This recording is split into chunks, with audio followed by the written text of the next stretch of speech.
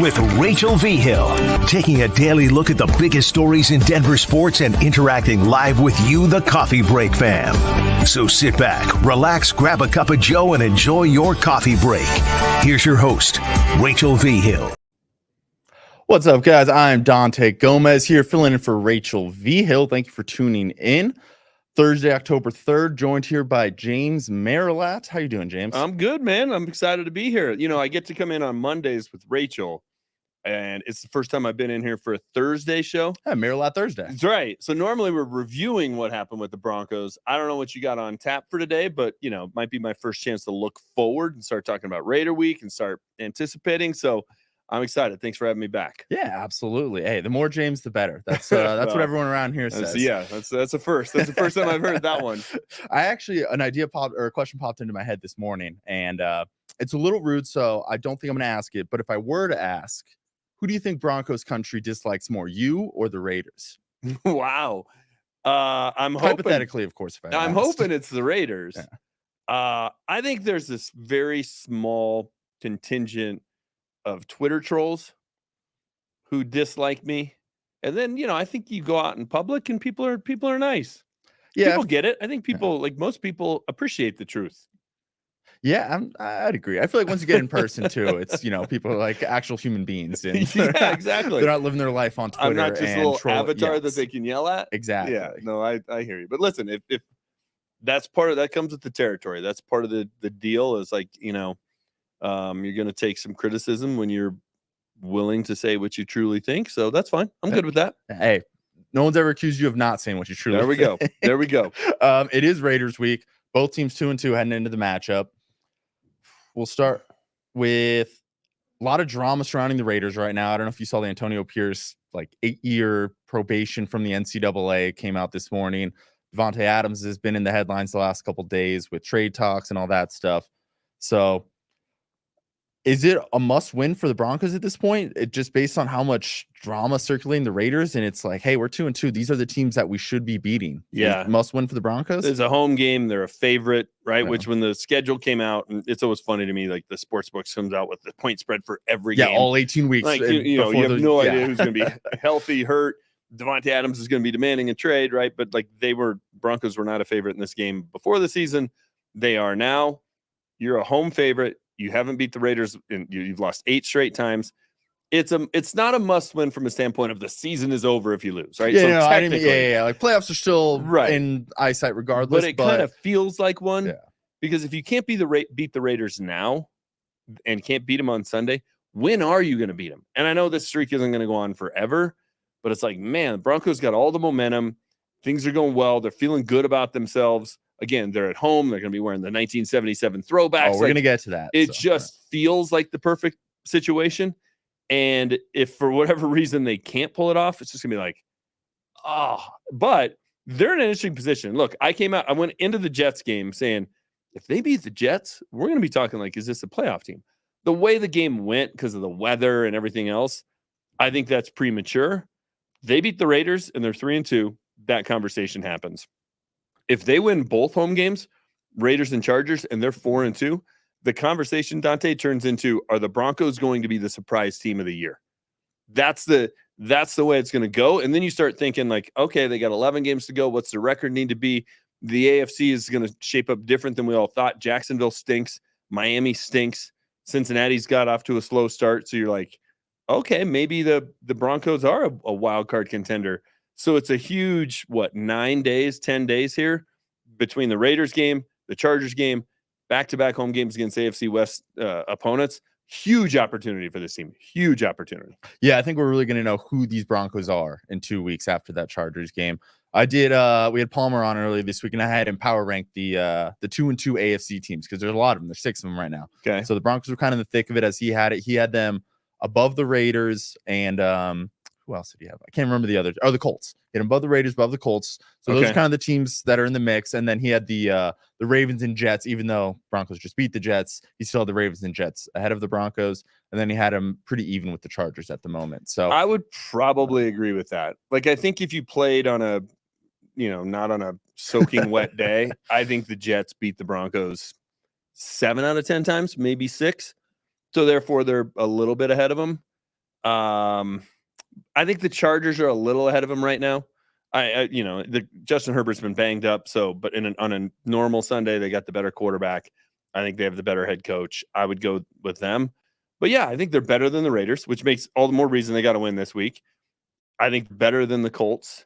So yeah, I think his power rankings are about spot on. Yeah, I agree too. I had him above the Chargers, or I had the Broncos above the Chargers just because of the injuries to the Chargers. That offensive line's real banged up. Yeah, Herbert's banged up. So I think they should go 2-0 these next 2 weeks. So we'll see. So do you want to do who wins and why and final score prediction? I know it's a little early in the show for that. That's all right. That's all right. We got more to get to. I do think the Broncos win. I do. Okay. James Marilat, believing in the Broncos. I think it's like a 20-17 type game. I don't think they're going to have a huge offensive explosion. Well, 20 compared to last week's. Yeah, that is big for this team. But like this Broncos defense is legit. They're going against a team led by Gardner Minshew, and I know he's the kind of the cult hero, but it's like, come on, he's not an elite quarterback.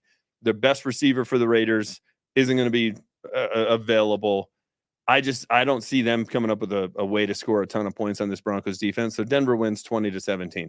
Yeah, I like that prediction. And going back to Palmer, his rankings, he was like, hey, if you ask me to rate the quarterbacks, we're probably not, we're not better than Justin Herbert. We're not better than Aaron Rodgers. We're not better than Lamar Jackson. But if you're going based on defenses, they're number one in that group, the 6 teams that we were just saying. They have a 4-0 defense. Yes, they have a 4-0 defense. They're 2-2 because they have a offense that probably should be 0-4, maybe 1-3. I think that Tampa. They win in Tampa even with a okay defense. They lose last week, if not for last week was very discouraging for me on the Bo Nix front. And that's the number one thing we got to figure out this year. Is he the answer? The number 2 thing for me, and I think I'm in a small group here, but it's, hey, has Sean Payton lost his fastball? Is he still the guy he was 15 years ago with the Saints? Because I think he made a lot of blunders last year in game management. We've seen a lot of them again this year. He got away with it on Sunday in New York. If Greg Zuerlein makes that field goal at the end, we're having such a different conversation right now. Now, he didn't, but a lot of times victory can kind of mask problems. And there were a lot of problems in that game that this team needs to get corrected. And most of them were Sean Payton related because they were in-game decisions and they were the offense. Who's responsible for the offense? The head coaches. Yeah, especially here when he's the one calling the plays. Right. You did mention they're wearing their throwbacks this week. Yep. I saw a tweet from them. I don't know if it's from them, but it's from like a major media company, and it was saying they're debuting their 1977 jersey. Can you debut something that's 40 years old? No, that seems like the wrong word, right? Yeah, that's the wrong word. Okay. But they're unveiling, I guess, the throwback version of them. But they're sharp, man. They are really good. And I know some people are like, they need to wear these all the time.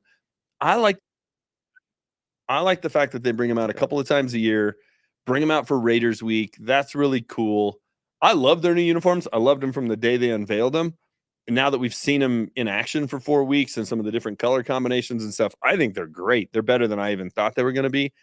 And then the ability to sprinkle this in, I think it's fantastic. I think it's a great look. I can't wait to see him out on the field on Sunday. Yeah, I'm with you too. We were talking about it on the drive yesterday, and they're like, yeah, I wish they wore them full time. I think it's better if you just kind of select a couple games a year. Yeah. Feels special. They get a little, monotonous if you do end up wearing them every week. And also, I agree with the New Jersey. I think the New Jerseys are sharp. I think they look great out there. I think they're a step up from what they had the previous year.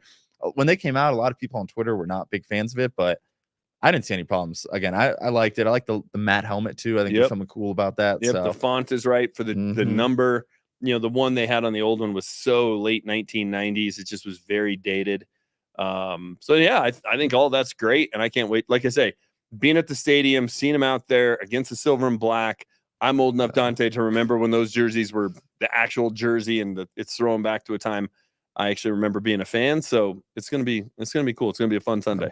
Yeah, where do you rank those in terms of Denver sports retro jerseys? So you can go anywhere with that. If you want to pick your favorite Nuggets, like the rainbow with the city skyline. That's a classic. You go Nordiques for the Avs. Where are you putting those for? I'm not. I don't do Nordiques because they didn't wear them here. So I really like the Avs main sweater. Maybe there's been some small tweaks, but it's still kind of the same as it was in 95, which is classic. Like, that's great. It's turned into a classic. So I don't think they have a great one. Rockies, do they really have a throwback?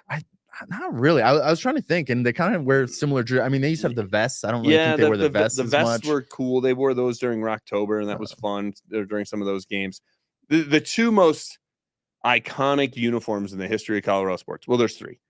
There's the Broncos that they're going to be wearing. You mentioned it, the rainbow jersey for the Nuggets, and then the Buffs classic late 90s look that they were close to it the other day against UCF. The stripe was different, but that's a great look. The gold and black, it's pretty hard to beat. The old Darian Hagan, Cordell Stewart, JJ Flanagan, all those guys. That's a great look. But you gonna do a ranking? We got 1 through 3 on those. It's gonna go Broncos. Broncos won over the Nuggets. It's gonna go Buffs. Oh, Buffs too, even. Okay. It's gonna go Nuggets. Nuggets one is kind of corny and kind of silly, but it's become classic. But it's third for me. Okay, I like it. And so let's say we wake up Monday morning with a win for the Broncos on Sunday. What are we saying about them? And let's say we wake up Monday morning with a loss. What are we saying about them? I think if we wake up with a win, we're talking, what's the path to the playoffs? Like, is this a legitimate playoff team? Depending on how the game goes, I actually think that's an appropriate conversation. You're at 3-2, 5 games in. You've won 3 in a row. You're going to have one of the longest winning streaks in the league. Like, okay, that's a viable conversation. If they lose, I think it's okay. What the heck is this team? Like, what can they be? If they win, we start having conversations like, should they be buyers as the trade deadline approaches? Should they bring in some, because they still are devoid of skill position guys. Bo Nix needs more around them. Right now, they're we'll add guys in the draft and free agency, and we're in rebuild mode. Yeah, build it slow. And if you're all of a sudden a playoff contender, I think you owe it to the fan base, you owe it to everybody in the organization, you owe it to everybody in the locker room to go try and add pieces to help you get there, because it's been so long for this team. That's how vastly different the conversation is going to be. Because if they lose, then it's, can they hit the over? Can they get to 7 wins? Can they get to what they did last year? Can they maybe get to 500? Like, that becomes the dream versus going to the playoffs. I think it's a tipping point game. I really do. Yeah, I mean, I completely agree. I think you just can't lose this game to the Raiders. You just really can't. Everything's momentum-wise is going in your favor. It's the first AFC West game of the year, and you got 2 in a row. You can really take a step up, because right now the Chargers and Raiders are kind of all jumbled up in that under the Chiefs at the moment. If the games were reversed, I think we'd be going into this saying, you got to get a split. Yes. Right? Yeah, you got to go 1-1. Yeah, I agree. Because the Raiders are first. The Raiders are in such shambles. They've lost 8 in a row to the Raiders. The Raiders are the big rival. It does feel like, going back to the start of the show, like a must win. If they're playing the Chargers this week, it would not feel like a must win. Even though it's the exact same record against an AFC West opponent with the exact same record, it just would have a different feel.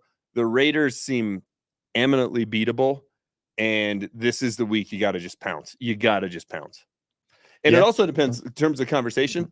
Let's say they go out on Sunday, and I don't think it's going to happen. I'm picking 20-17. I think it's going to be another ugly offensive game. But if they go out and all of a sudden they finally have an offensive explosion, and Bo Nix throws multiple touchdown passes, and let's just say they win 30-7, just hypothetically, this town will be going crazy with hyperbolic takes, and I'm here for it. Sign me up. Well, hyperbolic takes and James Merrill. I know. Who would have thought? Go figure. Let's do a quick. The Drive was doing this yesterday as well, or the past 2 days. They given we're at 4 games in. Let's do a little progress report, a little coaching grade. We hit the quarter mark. I'm sure your kids had that. Yep. They get the report cards sent home. I was always the kid, oh yeah, Mom, I'll get the mail today. And, looking through that, making sure that. Now it's all online, so I can see it instantly. Is it? Okay. Yeah. They can't hide them. Yeah. They can't hide them. Oh yeah, I was always the kid getting the mail that week, so I could make sure to hide that away if it wasn't looking too good. So we're going to do Sean Payton in 3 different parts. So it's not just Sean Payton as Sean Payton. We'll do Sean Payton as the offensive coordinator first. I give him a C-. Oh, wow. Okay, that's better than I was expecting. Their offense, I mean, the Buccaneers game helped, right? I think if not for that game, it's a D. They were not good against Seattle at all, other than the last drive, which was mostly Bo just running around. They were awful against Pittsburgh, and they were awful against the Jets. That's 3 games where you weren't very good. So I'm going to go C- because the Buccaneer game did help with the grade, but it's been bad. And the fact that the best thing they've done offensively is have their quarterback run around, That's not good because we saw it with the Jets and we're going to continue to see it. Teams are going to take that away. And Bo Nix is a mobile guy, but he ain't Lamar Jackson, right? Teams try to take away Lamar and they can't. If you decide we're not going to let Bo Nix run, he ain't going to run for anything. So this passing game has been very, very underwhelming. The rushing attack's getting better, but the fact that we were so excited by Tyler Baday's game in Tampa, we're so excited by what Javonte did. Still haven't had a 100-yard rusher, still haven't had a 100-yard receiver. The quarterback has 1 touchdown pass. I think his C- is more than gracious. Yeah, I think that's giving him a couple extra points. Maybe round it up C-. Yeah, I'm grading on a curve a little bit. Yeah. Speaking of 100-yard rusher, do you think we get 100-yard rusher all season? No. All 17 games, no 100-yard rusher. No, and it's part of that's running back by committee. They just don't feed one person enough. If they gave Javonte 22 carries every game, do I think he'd get to 100 at some point? Yeah, but no. And they don't have a guy on the roster that's going to break off one for 80, and then he only needs a couple other decent carries to get to 100. No, I don't think they get to 100 all year. Yeah, it's a sad reality, but I think that is the Broncos' reality, at least this season. So we'll see where they go. Told you we're going to do Sean Payton in 3 parts, but first we're going to do Vance Joseph as the DC. What are you giving him? I'm giving him an A-. A-. Yeah. Look, they gave up 26 to the Seahawks. It's like, that's not a great offense. They came out in the second half and kind of did whatever they wanted against the Broncos. Kenneth Walker ran wild. So I think that one kind of has been forgotten. It shouldn't be. It's 1/4 of the games they've played. They were great against the Jets. They were really good against the Steelers. They were great against the Bucks. So 3 greats and 1 not so good. Doesn't move them down to a B, but it's an A-. Oh, A-. I think that's maybe a little strict grader. Okay. Especially compared to how you're grading Sean Payton. I mean, they gave up 26 points to Geno Smith-led offense. Yeah. No, that's fair. I think they are 3-1 at this point, but yeah, that's fair. Geno Smith's nothing special, at least at this point. We'll do Sean Payton as the head coach. So that's kind of overall arching. I'm going to give him a C. Look, this roster, especially on the offensive side, is devoid of talent. A lot of that's on him. They've made some just silly moves, in terms of could Tim Patrick help this team more right now than Troy Franklin? Of course he could. Well, so I have a different grade for Sean Payton as the GM. Oh, okay. So don't factor in GM decisions. As head coach, I just head coach of overall game day. I think operations. he's made terrible. I think it's been a mess. Okay. I think their challenges are a mess. So I'm going to give him a D. I think the challenges are a mess. I think his timeouts are a mess. I think his decision to kick the field goal up a point in the driving rainstorm, a 50-yard field goal on the road, I think was a mistake. I think it's mistake after mistake after mistake, to the point where it's like they wanted to make a statue for the guy because he decided to take the ball when he won the toss at Tampa. That's how few good decisions he's made. That one was praised like, oh my gosh, he's a genius. Every high school coach, every Pop Warner coach takes a football if they're worth a hill of beans if they win the toss. So I'm not going to give him credit for that. So D is the head coach. Okay, I like it. I disagree a little bit on the field goal at the end of the Jets game. I actually do think it was the right move to try that field goal. I think 50 yards is, in today's NFL, nothing special. I think on a dry anybody field, can make that. I'm with you. On a dry field, but that day, I think you make Aaron Rodgers score a touchdown. They showed they haven't scored a touchdown all day on that game. I think you make him. You don't want to 60 yards to get in field goal range. Look, how unlikely is it to make a 50-yard field goal? There was 2 of them missed in the final 2 minutes of the game. Yeah, but I mean, that's in retrospect. When you're going to kick it, there have been 0 at that point. I was yelling to punt it, but look, it wasn't as bad of a decision as Robert Saleh.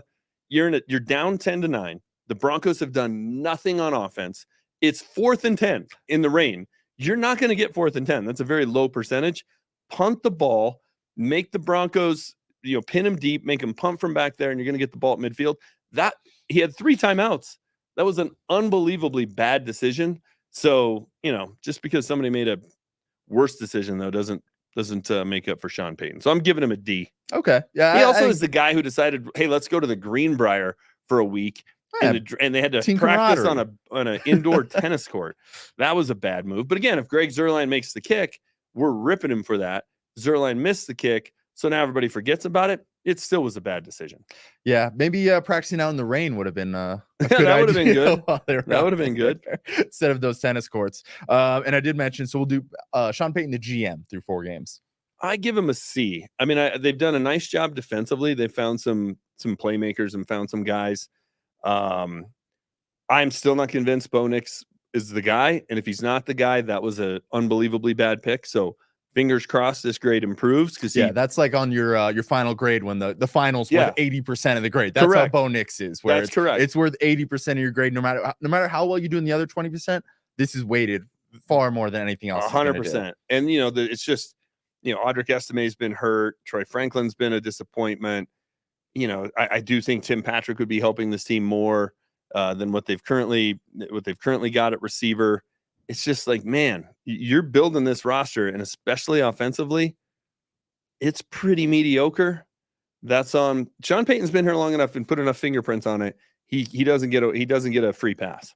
Yeah, no, I think that's fair. It's year 2. Got to hold them a little accountable for the roster. It does seem like they have some young and up and coming players in terms of on that defense. So, he did mention, there's something dangerous about young and hungry, and that's, proven to be true these first 4 weeks at least. They're seeing, and look, heading into the year, and I think I sold this from Zach By from The Drive, and he's right. The sum has got to be greater than the parts, right? This has to be a scenario where 1 + 1 = 3. That you can win that way short term. You can. Like the us against the world, everybody do their jobs, lunch pail, blah, blah, blah. You can't win long term that way. Over the course of time, talent wins out unless it's just unbelievably poorly coached. But overall, talent is going to win. They're getting away with it now. They may even get away with it this season, but they have to add some more. They have to add some more talent to this roster. Yeah, I mean, that ends up catching up to you come, November, December playoff football. So if they do want to actually make some noise end of the year, talent is what wins out then. It's not the Charlie hustle in those first 6 weeks, 8 weeks of the season. Well, and opposing defenses get film on you and they figure out what to take away. If you're a talented team, you got to counterpunch to their counter. If you don't, it's the Trevor Siemian thing. He started off really good. Teams got a book on him, took it away. He didn't have anything else to bring to the table. That's what this team, I think, is going to be the issue is when teams figure out what to take away, do they have a counter? And I don't know that they do. I don't think they do, but I hope I'm wrong. Yeah, it's that pitcher that has the fastball. Right. And then when you get the fastball timed out, it's like, well, what else? You're going to have a slider, you have a changeup. What else are you bringing to the table? You can't just have the one pitch that's great. Exactly. So, and speaking of that, we're going to touch on MLB playoffs. We're in the thick of it. I don't know how much you've been paying attention. I've watched a lot of it the last couple nights. Okay. I mean, it's awesome. You got daytime baseball. You got daytime sports all day. It's fantastic. Seen a lot of the, I grew up a Mets fan, so it's been fun to watch them. I love the Padres uniforms. Oh, really? That may be the best one of the best uniforms in sports. It's so good. The batting helmet that are like the matte brown now, they're perfect. Their crowd at Petco waving the towels and stuff is like, man, one, it's just cool to watch, but it also makes me so jealous of wishing we were having that here. That's where I was going to go. We got Padres Dodgers in the DS now, and it's like, dang, NL Padres, West Fest. And go Padres. I think everybody is on board with that. Yeah. But it's Mets Brewers, right? Mets Brewers fun. Game 3 today. Yeah. So the winner of that will move on to play the Phillies. That's been fun. Yeah. Games in Philly are always great. So, there's going to be some great crowds, great venues. I'm more of a National League guy. That's what I've been watching. I am too, actually. American League, we got what? The Yankees are still in it. Yep. Yankees. The Royals advanced. Royals did. I think it's Yankees, maybe Guardians, Royals, and Yankees. Who won on the other side? Detroit. Yeah. So it's those 4. I actually can't remember who's playing. It's not Guardians versus Yankees. They're on the separate side of the bracket. Yeah. I can't remember who the Royals and Detroit are matching. I hope. I'm rooting for the Royals. It's a team that's a small market. So the fact that they're back there again, they had that run where they went to a couple of World Series, won a championship. Inevitably, you can't keep it together when you're a small market. But boy, they've rebounded and come back, relatively quickly. They had 4 or 5 down years, and here they are back. Rooting for them. Tigers coming. They were 10 back. 110 games into the season, we're able to get into the postseason. That's a cool story. Cleveland's always fun to root for. I don't think they've won it since 1954. And then the Yankees are, the evil empire. It's fun to root against them. Oh, absolutely. Hey, it's anytime the Yankees lose, it's the best. But they need to be in it, and the Dodgers need to be in it because that's somebody to root against. Yes. It's just not the same if they're not there. It's like if Notre Dame football isn't good, or it's like, no, it's better when they're good because then it's fun when they lose. Yeah, then you get to hate on them. Yeah, exactly. No, I agree with that too. Me and Drew were actually talking about the Royals the other day and just how fun they are because those World Series teams, I think it was 14, 15, like just homegrown guys, sprinkled in a couple free agents and trade deadline guys, but they're just, fun to watch. It gives you hope here. Like it's doable. It's doable. You just have to have the right people in place, but you don't have to be the Dodgers and the Yankees outspending everybody. You can get there if you do it right.